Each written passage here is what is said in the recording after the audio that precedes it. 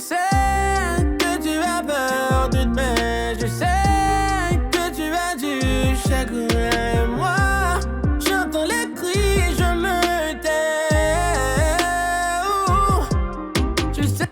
Salut à tous, je vous dis bienvenue pour une nouvelle vidéo. Nous allons voir les différentes techniques de Jason Joshua que j'ai pu utiliser pour faire le mixage de ce morceau qui est sorti la semaine dernière. Pour information, sachez que Jason Joshua, c'est l'un des meilleurs ingénieurs au monde actuellement. C'est ce gars qui a mixé Despacito. Il a aussi mixé la plupart des chansons qui ont atteint les billboards, soit à travers le monde ou aux États-Unis particulièrement. Il a mixé la majeure partie des sons qui cartonnent en ce moment. Donc cette vidéo sera particulièrement focalisée sur le mixage des drums et de la U108. C'est la première d'une série de vidéos qui sortira sur la chaîne, donc n'hésitez pas à vous abonner et à activer la cloche de notification pour être averti des prochaines vidéos de la série. Nous allons donc commencer cette vidéo en abordant le mixage de la U108.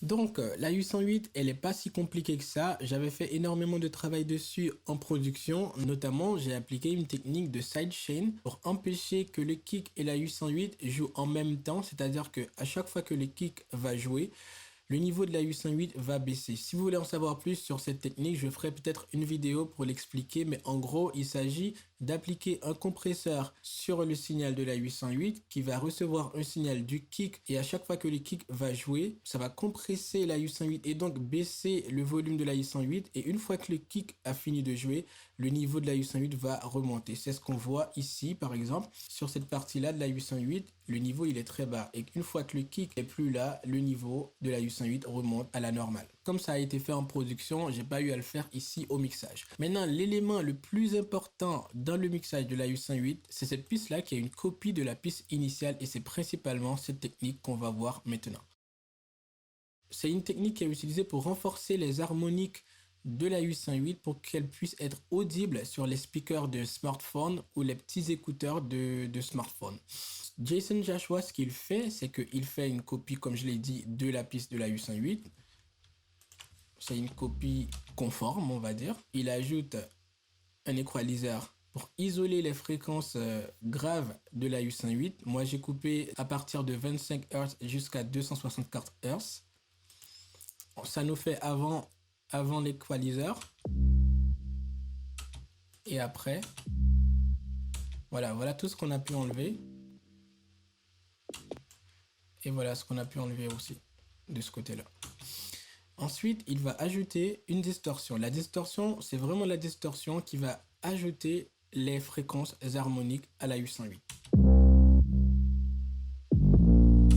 Il va isoler ces fréquences harmoniques en coupant à partir de 260, 264 jusqu'à 2900 ou 3000 Hz. Ce qui nous fait, en gros,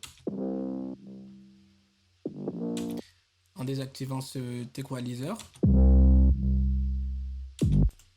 et en désactivant tous les plugins pour écouter le avant et le après. Et après, voilà.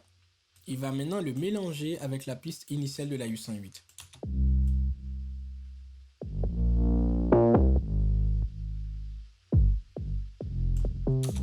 Voilà, c'est tout ce qui a été fait dans cette session. Moi, j'ai groupé ces deux pistes dans une piste auxiliaire. Voilà, c'est tout pour le mixage de la U108. Maintenant, on va regarder ce que j'ai fait individuellement sur les autres éléments qui composent le drums. Maintenant, pour le kick, j'ai pas fait grand chose. J'ai trouvé que le kick il sonnait assez bien depuis la production. Seulement, en écoutant le mix globalement, l'ensemble de la session, j'ai trouvé que ça manquait un peu d'attaque. Alors, j'ai utilisé ce plugin pour ajouter un petit peu d'attaque, un petit peu de sustain pour donner plus de longueur.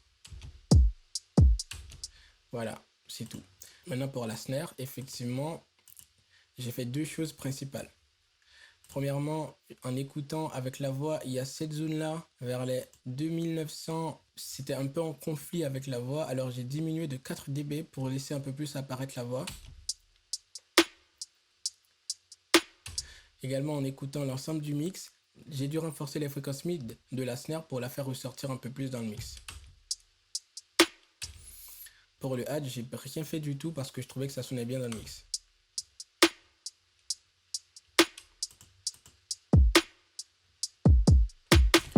c'est tout pour le mixage individuel des drums. Maintenant, on va voir comment il utilise ces deux pistes-là pour donner tout le caractère et la signature qu'on connaît de lui pour ses drums.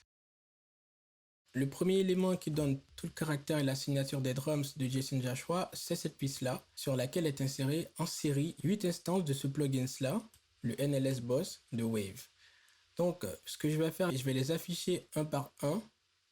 Comme ça, vous verrez les paramètres parce que c'est ce qu'il a fait et c'est ce que je pense que la plupart des gens qui ont regardé ces vidéos, c'est ce qu'on a fait. On a fait des captures d'écran des paramètres et on les a reproduits tout simplement.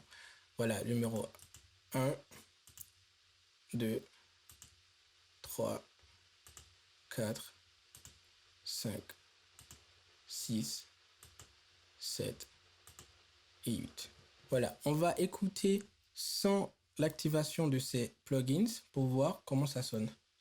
Avant.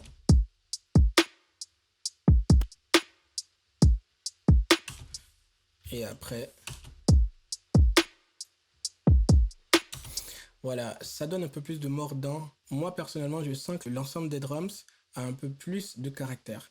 La différence entre la piste de master et la piste auxiliaire, c'est que sur la piste de master, l'audio il passe d'abord par le fader, ensuite il arrive vers les inserts. Alors que sur la piste auxiliaire, l'audio il passe par les pistes insert et arrive vers le fader. Ce qui signifie que sur la piste master, quand on augmente le niveau du fader, ça envoie plus ou moins de signal vers les plugins qui sont en insert. Alors que sur la piste auxiliaire, la modification du niveau du fader n'influe pas sur le gain qui passe par les plugins en insert. On illustre ça, c'est-à-dire que si on joue les drums et qu'on augmente le niveau, vous allez voir que ça va envoyer plus de signal vers les instances qui sont sur l'insert de la piste master.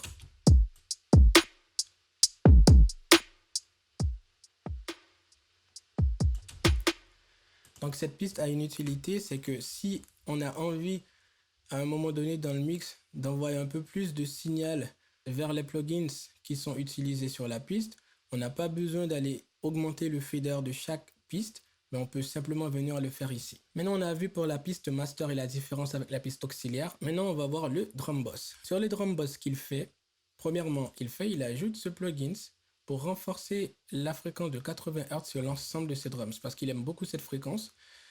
Donc, il utilise ce plugin qui a un générateur d'harmonique également pour renforcer cette fréquence-là. En deuxième lieu, il va ajouter un compresseur pour vraiment donner le caractère d'ensemble à tous les drums. Donc, ce compresseur, je ne vais pas en parler beaucoup. Il faut aller voir d'autres vidéos qui en parlent plus longuement. Ce que je peux dire simplement, c'est que c'est un compresseur où il y a un compresseur ici et un compresseur en bas qui sont disposés en série. Et de l'autre côté, c'est une copie du côté gauche qu'on retrouve du côté droit du compresseur. C'est un double compresseur. Ça peut compresser en dual mono, en stéréo ou même en mid-side. Donc si vous voulez en savoir plus, n'hésitez pas à me poser des questions ou à aller regarder des vidéos qui détaillent un peu plus en profondeur la spécificité de ce compresseur. Et les paramètres que vous voyez d'ailleurs ici, ce sont les paramètres qu'il utilise. Moi, je ne les ai pas changés. D'ailleurs, lui, il les change presque rarement, on va dire. Il fait une réduction d'1 décibel seulement sur l'ensemble de ses drums.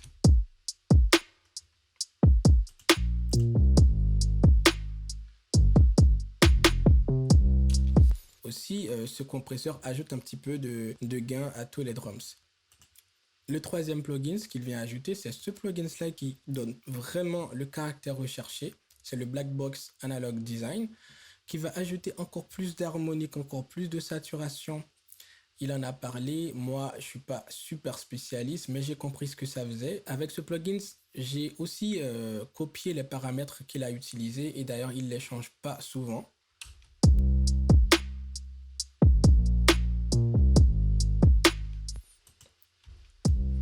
Voilà. Donc ce plugin, c'est le plugin qui ajoute un peu plus de gain à l'ensemble des drums. Tous ces plugins jouent un rôle important au gain staging de ces drums. C'est-à-dire que ça augmente au fur et à mesure le niveau des drums jusqu'à atteindre le niveau voulu dans le master boss. Après, il utilise un compresseur de type gate pour couper les bruits de fond quand les drums ne jouent pas ou quand il y a un plugin qui génère beaucoup trop de bruit de fond.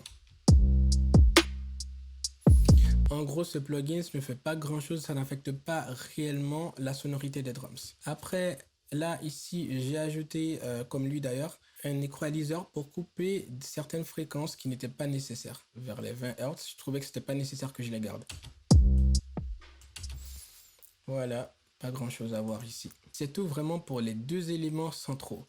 Et il y a deux autres pistes qui sont super importantes pour donner vraiment le caractère recherché, que je ne vais pas aborder ici d'ailleurs, pour éviter d'avoir une vidéo trop longue. Le transformer 1 qu'il utilise pour renforcer, pour additionner encore des transients sur l'ensemble du drums. Et le transformer 2 qu'il dit utiliser pour retrouver le son que certains producteurs lui envoient quand ils exportent leurs beats de Fruity Loop. Il utilise cette piste avec un ensemble de plugins dessus pour retrouver le caractère, la sonorité un peu type FL Studio. Voilà, j'expliquerai cela dans une prochaine vidéo. Voilà, c'était tout pour cette vidéo. J'espère que vous avez apprécié et que vous avez des questions. N'hésitez pas à les poser en commentaire. Si vous avez aussi des suggestions sur comment améliorer mes tutoriels, je suis preneur. N'hésitez pas surtout à vous abonner et à activer la cloche de notification pour être averti de la suite de cette série. D'ici là, je vous dis, prenez soin de vous. À très vite pour une nouvelle vidéo.